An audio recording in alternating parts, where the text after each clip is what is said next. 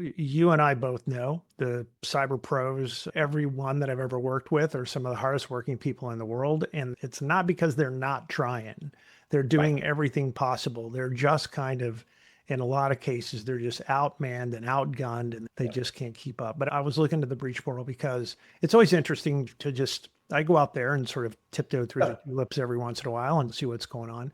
There were 28 reported breaches. Now, reported breaches, it doesn't mean these happened in June. It just means they were Right. reported in June. 28 reported breaches in June.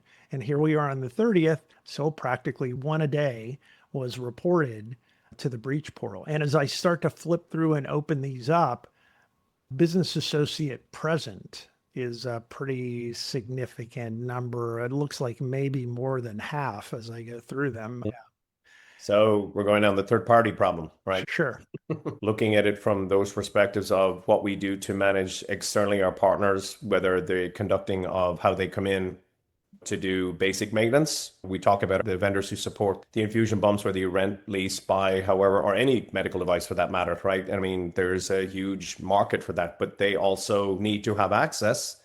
But we've seen issues occur when they're just simply doing maintenance, right? And you're allowing yourself. But the third party risk thing, even back in the day when I was still serving in a big four situation, you're trying to amalgamate a workflow that makes sense. Some people started outsourcing that because it was such an overwhelming thing.